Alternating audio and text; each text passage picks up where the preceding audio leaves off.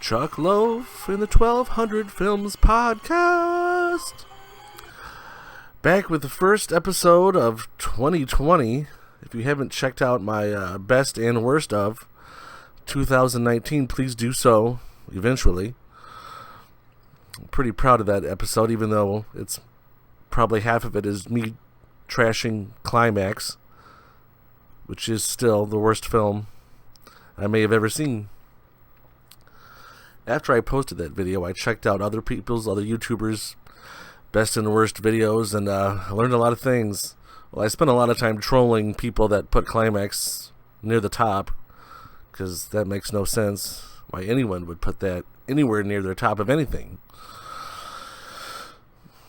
And I realized nobody else saw as many movies as I did.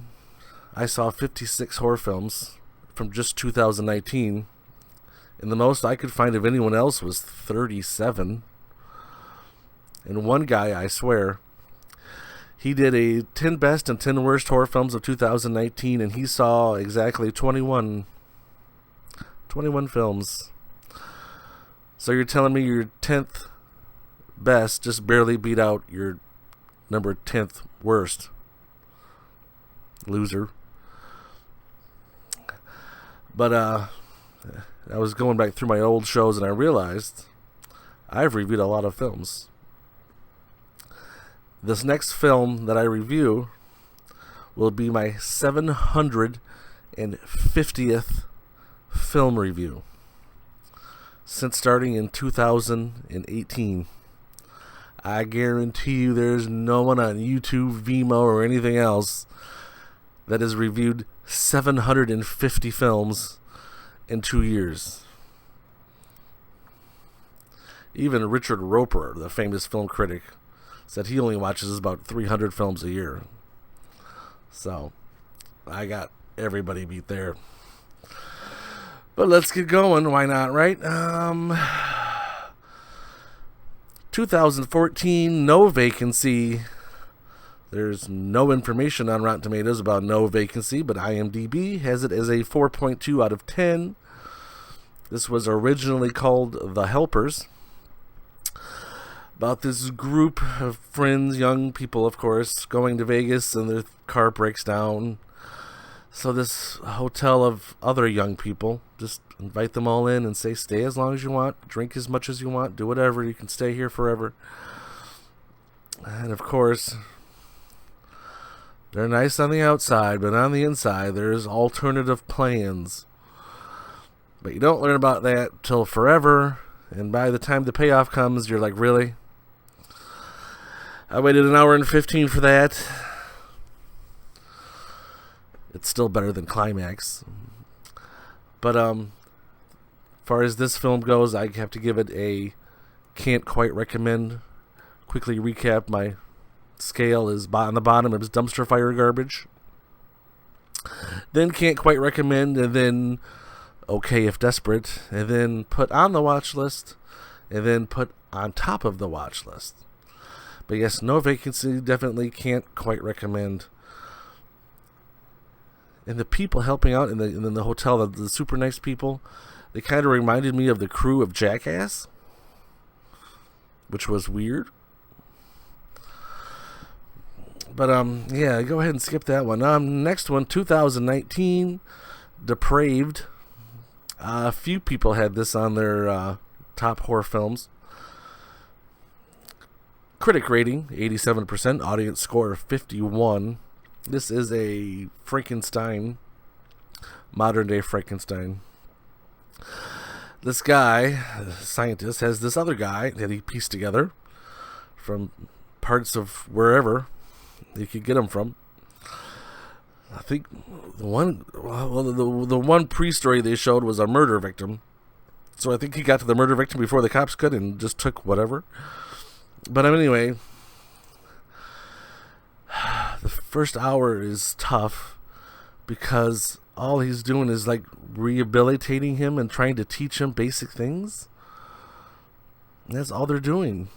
There's no horror to it. It's just, okay, can you throw the ball to me? Ooh. No, you gotta throw the ball to me. Roll it. Ooh.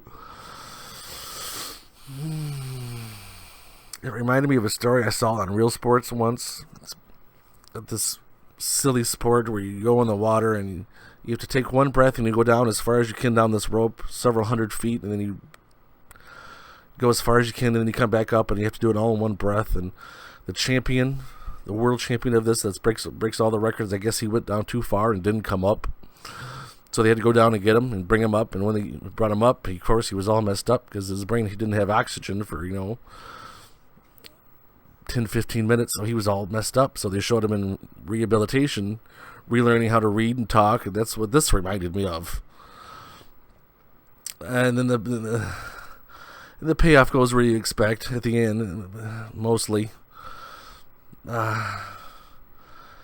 I guess it's okay if desperate if you're into Frankenstein, but other than that, I'd say no.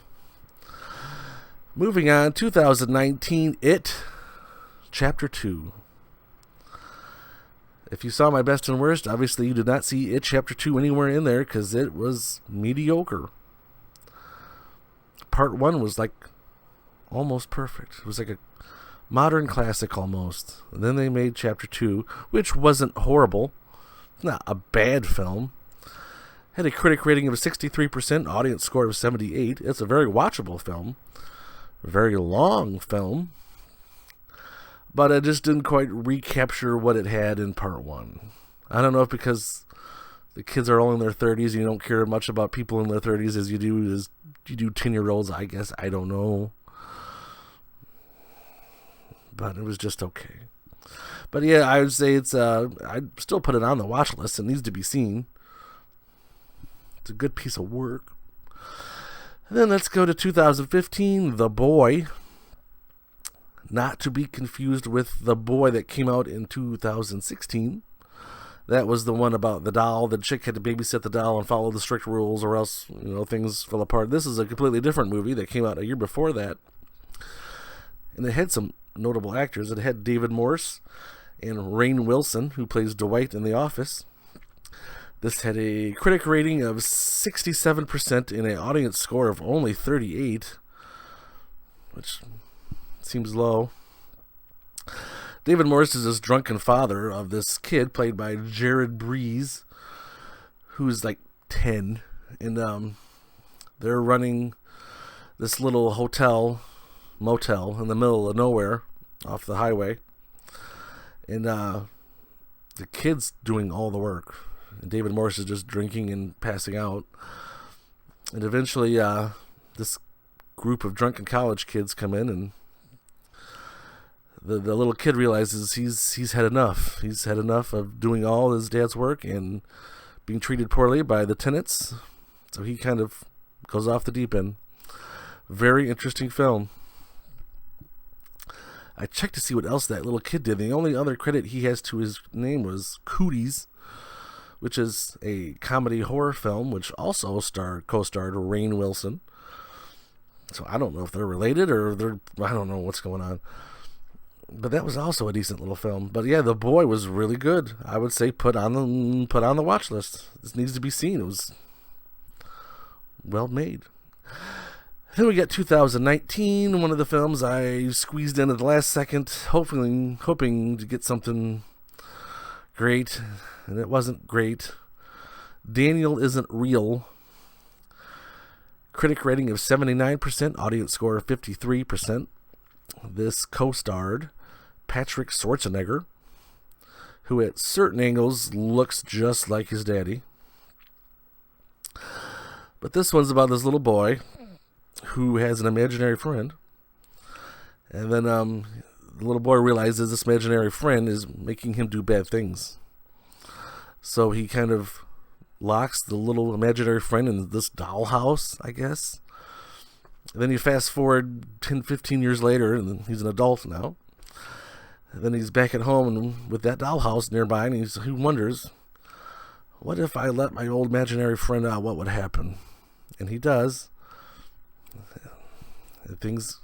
And again, the imaginary friend is trying to make him do bad things, and he realizes my imaginary friend isn't my friend. He's a demon. The demon friend was played by Patrick Schwarzenegger. It does get bizarre at points. The concept is really cool. I'll give it that, but it's just, some points it's just weird. And weird in a way you just don't know what's going on. But I'd say it's okay if desperate. It's not horrible. It's not poo. Then we got 2019 Hulu Into the Dark movie, which was released on December 27th. So I just barely got this in.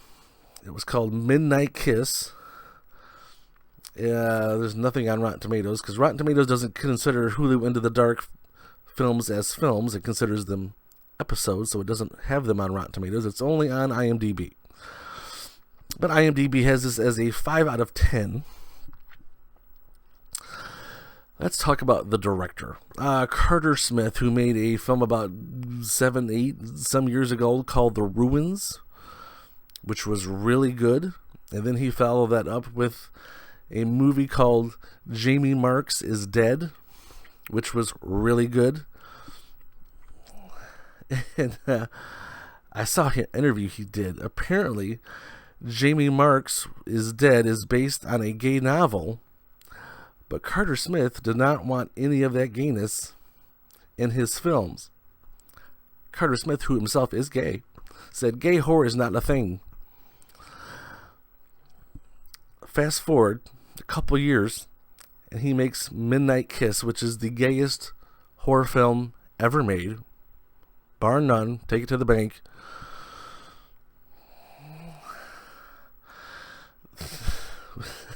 Apparently someone changed their mind. And so this group of gay friends, and of course the one chick, there's always got to be a chick, one straight chick, the fag hag, I guess you would call them. And then they're at this resort, and they're getting picked off one by one, and you got to try to figure out who's doing the killing. It's been done so many times. So many times. And that's all this is. It's just a rehash of that with a bunch of gayness. But I guess it's okay if desperate. If you need something on in the background to watch, I guess there could be worse. I would stick with Carter Smith's other movies before you watch this. But yeah, another one, 2019, another Hulu Into the Dark, nasty piece of work. IMDb gave this a 6.7 out of 10. This starred Julian Sands. Julian Sands, who I adore from the great 1990 film called Warlock, about this male demon witch going through and causing havoc. And then the guy from Critters, the main badass from Critters, is out to stop him. And with the help from this other chick. And anyway, where was I? Nasty piece of work, Julian Sands. Yes, Julian Sands plays the CEO of this company. And he has two guys, that he wants to kind of fight it out for the top spot underneath him. So he invites them both and their girlfriends to his house. And then they're kind of forced to play these weird, bizarre, deadly, bloody games. This was interesting. It didn't quite go where I thought it would go. There's a little twist at the end that I didn't quite see coming. But this, still, I'd say it's okay if desperate. It's nothing super special, but it was all right. It was fine. Julian Sands is looking old. Gosh, he's looking bad. Anyway, let's move on to our feature review from 1982, The Entity. Think I'm insane? First, we have to find out what the problem is. In the meantime, I'll be dead. He's stronger than you are. He'll kill me if he has to. Isn't it possible that some entity has crossed into our plane of existence? There was somebody there. I couldn't see him with my eyes, but there was somebody there. He's in the room! Will you appear to us now?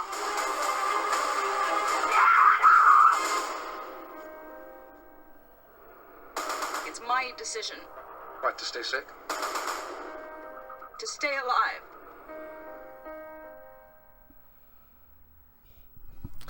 The Entity, 1982. Critic rating 64%, audience score of 60%. Quick recap of how I remember this film. This is the first film I've covered on this show that I had seen before. And I had seen it when I was 6, 7, when I was really little. I was playing with toys. And my mom was watching this in the afternoon, which I can't believe this film was on in the afternoon on television. But it was. And I remember just being completely engrossed into the film and stopped playing with toys, and I just had to keep watching this film. Fast forward 30-some years later, I couldn't find the film. I didn't know what the film was called, and I finally stumbled upon this trailer. I said, that's the film, that's it. And I tried to find the stuff, the DVD. There's nothing available. Then eventually, it was re-released on DVD. In this region, it's not available wasn't available in every region. So I finally was able to get my hands on it, and wow. The first thing that stuck out in this movie, from 1982, it's very progressive. Stars Barbara Hershey as this 30-something mom who has a teenage interracial son. I thought that was interesting. In the film, they said he was half Italian. I said, bullshit to that. He's got to be half black, I'm guessing. Nope, turns out he's half Mexican. Anyway, this film is about this woman, Barbara Hershey, based on a true story, by the way, about her getting... She's a single mother. She has a teenage son from her previous relationship, and then she had 2 kids from her last husband, 2 twin daughters. And she is getting... basically raped by this invisible entity. He comes into her room at night and strips her clothes off and rapes the crap out of her. Yeah. So, she goes to her doctor looking for help. I don't know if I wanted to bring this up, but I have to. The doctor was asking questions about the rape, and he was asking...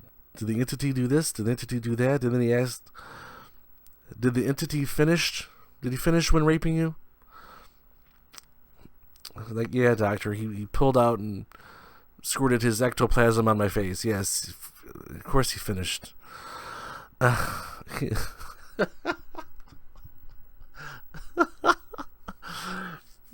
a question to ask.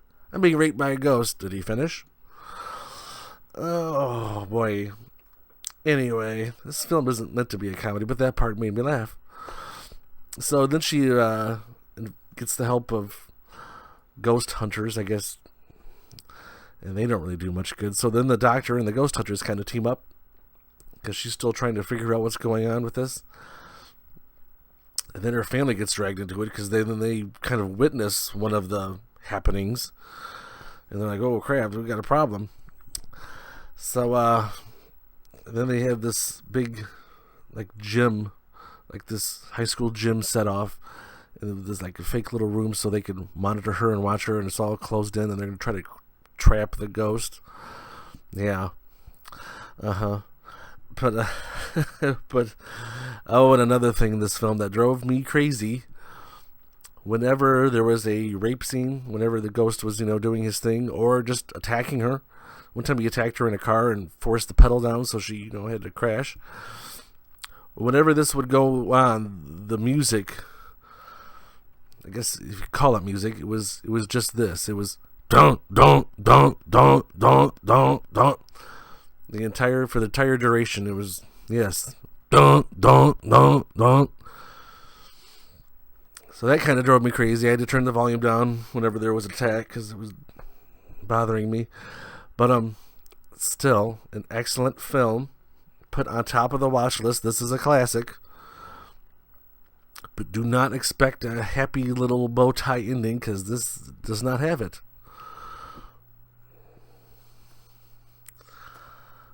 The Ron Silver played the Doctor in this, who was a very underrated actor. It was good to see him in this, who has recently passed away. But I think this film was probably his best work, even though he had to ask a stupid question like, did he finish? So let's go into the next episode. We will be covering 2 Hulu Into the Dark movies. I'm trying to watch all of them. I'm pretty close. The one is called New Year, New You, and another one is called All That We Destroy. And then we have one called Polaroid, which a fellow YouTuber put on is his absolute worst film of 2019. We'll see about that. And then we will cover all 5 of the Silent Night, Deadly Night movies, which started in 1984. I remember as a youngster, 8-9 years old, my brother was watching this in the living room, and I walked by and I saw a killer Santa Claus. Really? That's the dumbest thing I've ever seen. I'm not watching this. And I left the room. Now, 30 years later, I'll be watching this. All 5 of them. So we'll see if they have anything to offer. Expectations are low. But thanks for listening, and until next time, bye-bye!